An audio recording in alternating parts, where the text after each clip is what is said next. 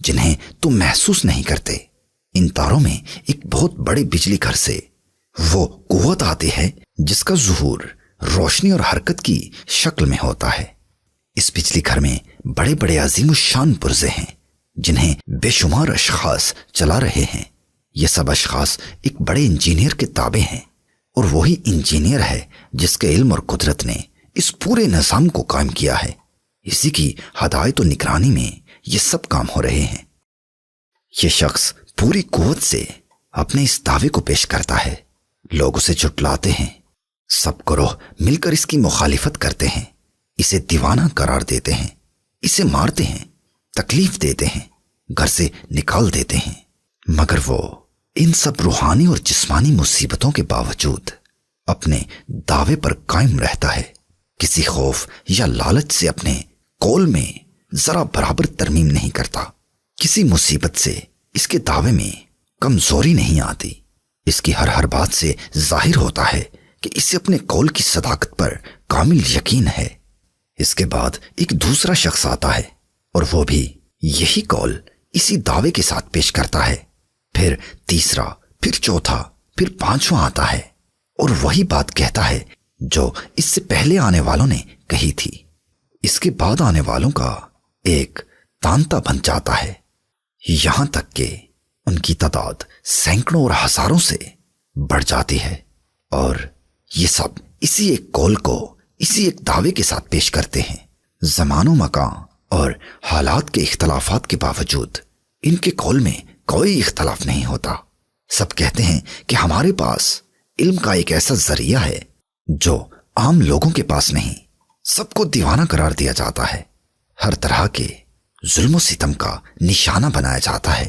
ہر طریقے سے انہیں مجبور کیا جاتا ہے کہ اپنے قول سے باز آ جائیں، مگر سب کے سب اپنی بات پر قائم رہتے ہیں، اور دنیا کی کوئی قوت انہیں اپنے مقام سے ایک انچ نہیں ہٹا سکتی۔ اسی عزم و استقامت کے ساتھ ان لوگوں کی نمایاں خصوصیات یہ ہیں کہ ان میں سے کوئی جھوٹا، چور، خائن، بدکار، ظالم اور حرام خور نہیں ہے۔ ان کے دشمنوں اور مخالفوں کو بھی اس کا اعتراف ہے کہ ان سب کے اخلاق پاکیزہ ہیں، سیرتیں انتہا درجے کی نیک ہیں، اور حسن خلق میں یہ اپنے جیسے لوگوں سے مختلف اور ممتاز ہیں۔ پھر ان کے اندر جنون کا بھی کوئی اثر نہیں پایا جاتا، بلکہ اس کے برعکس وہ تہذیب اخلاق، تزکیہ نفس اور دنیاوی معاملات کی اصلاح کے لیے ایسی تعلیمات پیش کرتے ہیں، اور ایسے قوانین بناتے ہیں جن کے مثل بنانا تو درکنار، بڑے بڑے علماء کو ان کی باریکیاں سمجھنے میں پوری عمریں صرف کر دینا پڑتی ہیں۔ ایک طرف وہ مختلف الخیال مکذبین ہیں، اور دوسری طرف یہ متحد الخیال مدعی۔ دونوں کا معاملہ عقل سلیم کی عدالت میں پیش ہوتا ہے۔ جج کی حیثیت سے عقل کا فرض ہے کہ پہلے اپنی پوزیشن کو خوب سمجھ لے، پھر فریقین کی پوزیشن کو سمجھے، دونوں کا موازنہ کرنے کے بعد فیصلہ کرے کہ کس کی بات قابل ترجیح ہے۔ جج کی اپنی پوزیشن یہ ہے کہ خود اس کے پاس امر واقعی کو معلوم کرنے کا کوئی ذریعہ نہیں ہے، وہ خود حقیقت کا علم نہیں رکھتا، اس کے سامنے صرف فریقین کے بیانات، ان کے دلائل، ان کے ذاتی حالات اور خارجی آثار و قرائن ہیں، انہی پر تحقیق کی نظر ڈال کر اسے فیصلہ کرنا ہے کہ کس کا برحق ہونا غالب ہے، مگر غالب سے بڑھ کر بھی وہ کوئی حکم نہیں لگا سکتا، کیونکہ مثل پر جو کچھ مواد ہے اس کی بنا پر یہ کہنا اس کے لیے مشکل ہے کہ امر واقعی کیا ہے۔ وہ فریقین میں سے ایک کو ترجیح دے سکتا ہے، لیکن مکمل یقین کے ساتھ کسی کی تصدیق یا تکذیب نہیں کر سکتا۔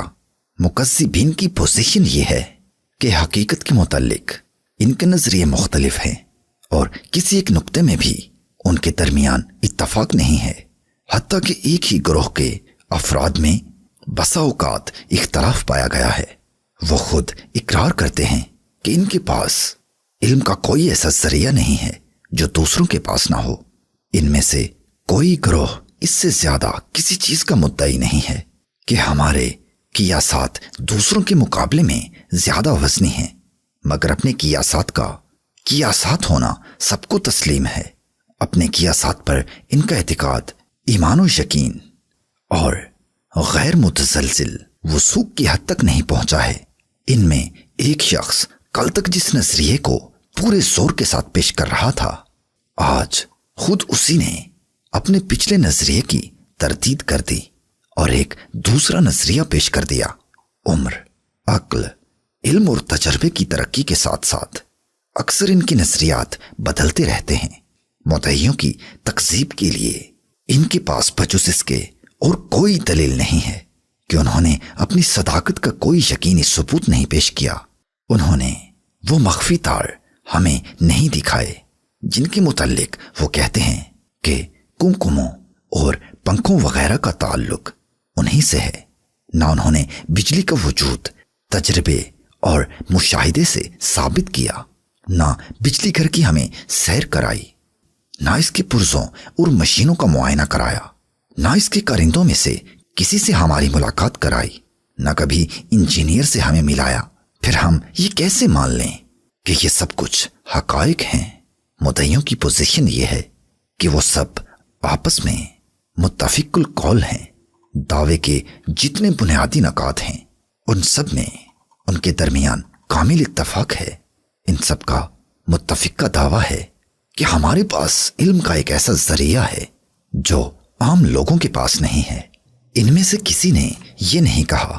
کہ ہم اپنے قیاس یا گمان کی بنا پر ایسا کہتے ہیں، بلکہ سب نے با اتفاق کہا ہے کہ انجینئر سے ہمارے خاص تعلقات ہیں۔ اس کے کارندے ہمارے پاس آتے ہیں، اس نے اپنے کارخانے کی سیر بھی ہمیں کرائی ہے، اور ہم جو کچھ کہتے ہیں علم و یقین کی بنا پر کہتے ہیں، ظن و تخمین کی بنا پر نہیں کہتے۔ ان میں سے ایک مثال بھی ایسی نہیں ملتی کہ کسی نے اپنے بیان میں ذرہ برابر بھی تغیر و تبدل کیا ہو۔ ایک ہی بات ہے جو ان کا ہر شخص دعوے کے آغاز سے زندگی کے آخری سانس تک کہتا رہا ہے۔ ان کی سیرتیں انتہا درجے کی پاکیزہ ہیں۔ جھوٹ، فریب، مکاری، دغا بازی کا کہیں شبہ تک نہیں ہے، اور کوئی وجہ نظر نہیں آتی کہ جو لوگ زندگی کے تمام معاملات میں سچے اور کھرے ہیں، وہ خاص اس معاملے میں با اتفاق کیوں جھوٹ بولیں۔ اس کا بھی کوئی ثبوت نہیں ہے کہ یہ دعویٰ پیش کرنے سے ان کی پیش نظر کوئی ذاتی فائدہ تھا۔ برعکس اس کے یہ ثابت ہے کہ ان میں سے اکثر و بیشتر نے اس دعوے کی خاطر سخت مصائب برداشت کیے ہیں، جسمانی تکلیفیں سہیں، قید کیے گئے، مارے اور پیٹے گئے، جلا وطن کیے گئے، بعض قتل کر دیے گئے، حتیٰ کہ بعض کو آرے سے چیر ڈالا گیا، اور چند کے سوا کسی کو بھی خوشحالی اور فارغ البالی کی زندگی میسر نہ ہوئی۔ لہٰذا کسی ذاتی غرض کا الزام ان پر نہیں لگایا جا سکتا، بلکہ ان کا ایسے حالات میں اپنے دعوے پر قائم رہنا یہ ظاہر کرتا ہے کہ انہیں اپنی صداقت پر انتہا درجے کا یقین تھا، ایسا یقین کہ اپنی جان بچانے کے لیے بھی ان میں سے کوئی اپنے دعوے سے باز نہ آیا۔ ان کے متعلق مجنون یا فاتر العقل ہونے کا بھی کوئی ثبوت نہیں ہے۔ زندگی کے تمام معاملات میں وہ سب کے سب غائب درجے کے دانشمند اور سلیم العقل پائے گئے ہیں۔ ان کے مخالفین نے بھی اکثر ان کی دانشمندی کا لوہا مانا ہے۔ پھر یہ کیسے باور کیا جا سکتا ہے کہ ان سب کو اسی خاص معاملے میں جنون لاحق ہو گیا ہو، اور وہ معاملہ بھی کیسا جو ان کے لیے زندگی اور موت کا سوال بن گیا ہو، جس کے لیے انہوں نے دنیا بھر کا مقابلہ کیا، جس کی خاطر وہ سال ہا سال دنیا سے لڑتے رہے، جو ان کی ساری عاقلانہ تعلیمات کا اصل الاصول ہو۔ انہوں نے خود بھی یہ نہیں کہا کہ ہم انجینئر یا اس کے کارندے سے تمہاری ملاقات کرا سکتے ہیں، یا اس کا مخفی کارخانہ تمہیں دکھا سکتے ہیں، یا تجربے اور مشاہدے سے اپنے دعوے کو ثابت کر سکتے ہیں۔ وہ خود ان تمام امور کو غائب سے تعبیر کرتے ہیں اور کہتے ہیں کہ تم ہم پر اعتماد کرو اور جو کچھ ہم بتاتے ہیں اسے مان لو۔ فریقین کی پوزیشن اور ان کے بیانات پر غور کرنے کے بعد اب عقل کی عدالت اپنا فیصلہ کرتی ہے۔ وہ کہتی ہے کہ چند مظاہر و آثار کو دیکھ کر ان کے باطنی اسباب کی جستجو دونوں فریقوں نے کی ہے اور ہر ایک نے اپنے اپنے نظریات پیش کیے ہیں۔ بظاہر سب کے نظریے اس لحاظ سے یکساں ہیں کہ اولاً ان میں سے کسی میں استحالہ عقلی نہیں ہے، یعنی قوانین عقلی کے لحاظ سے کسی نظریے کے متعلق نہیں کہا جا سکتا کہ اس کا صحیح ہونا غیر ممکن ہے۔ دوسرا، ان میں سے کسی کی صحت تجربے یا مشاہدے سے ثابت نہیں کی جا سکتی۔ نہ فریق اول میں سے کوئی گروہ اپنے نظریات کا ایسا سائنٹیفک ثبوت دے سکتا ہے جو ہر شخص کو یقین کرنے پر مجبور کرے، اور نہ فریق ثانی اس پر قادر یا اس کا مدعی ہے۔ لیکن مزید غور و تحقیق کے بعد چند امور ایسے نظر آتے ہیں جن کی بنا پر تمام نظریات میں سے فریق ثانی کا نظریہ قابل ترجیح قرار پاتا ہے۔ اولاً کسی دوسرے نظریے کی تائید اتنے کثیر التعداد عاقل، پاک سیرت، صادق القول آدمیوں نے متفق ہو کر اتنی قوت اور اتنے یقین و ایمان کے ساتھ نہیں کی ہے، اور ایسے پاکیزہ کردار اور اتنے کثیر التعداد لوگوں کا مختلف زمانوں اور مختلف مقامات میں اس دعوے پر متفق ہو جانا کہ ان سب کے پاس ایک غیر معمولی ذریعہ علم ہے، اور ان سب نے اس ذریعے سے خارجی مظاہر کے باطنی اسباب کو معلوم کیا ہے، ہمیں اس دعوے کی تصدیق پر مائل کر دیتا ہے، خصوصاً اس وجہ سے کہ اپنی معلومات کے متعلق ان کے بیانات میں کوئی اختلاف نہیں ہے۔ جو معلومات انہوں نے بیان کی ہیں ان میں کوئی استحالہ عقلی بھی نہیں ہے، اور نہ یہ بات قوانین عقلی کی بنا پر محال قرار دی جا سکتی ہے کہ بعض انسانوں میں کچھ ایسی غیر معمولی قوتیں ہوں جو عام طور پر دوسرے انسانوں میں نہ پائی جاتی ہوں۔ تیسری بات، خارجی مظاہر کی حالت پر غور کرنے سے اغلب یہی معلوم ہوتا ہے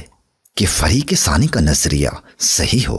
اس لیے کہ کمکمے، پنکھے، گاڑیاں، کارخانے وغیرہ نہ تو آپ سے آپ روشن اور متحرک ہیں، کیونکہ اگر ایسا ہوتا تو ان کا روشن اور متحرک ہونا ان کے اپنے اختیار میں ہوتا، حالانکہ ایسا نہیں ہے۔ نہ ان کی روشنی اور حرکت ان کے مادہ جسمی کی ترکیب کا نتیجہ ہے، کیونکہ جب وہ متحرک اور روشن نہیں ہوتے اس وقت بھی یہی ترکیب جسمی موجود رہتی ہے۔ نہ ان کا الگ الگ قوتوں کے زیر اثر ہونا صحیح معلوم ہوتا ہے، کیونکہ بسا اوقات جب کمکموں میں روشنی نہیں ہوتی تو پنکھے بھی بند ہوتے ہیں، ٹرام گاڑیاں بھی موقوف ہو جاتی ہیں اور کارخانے بھی نہیں چلتے۔ لہذا خارجی مظاہر کی توجیہ میں فریق اول کی طرف سے جتنے نظریات پیش کیے گئے ہیں وہ سب عقل و قیاس سے دور ہیں۔ زیادہ سے ہی بات یہی معلوم ہوتی ہے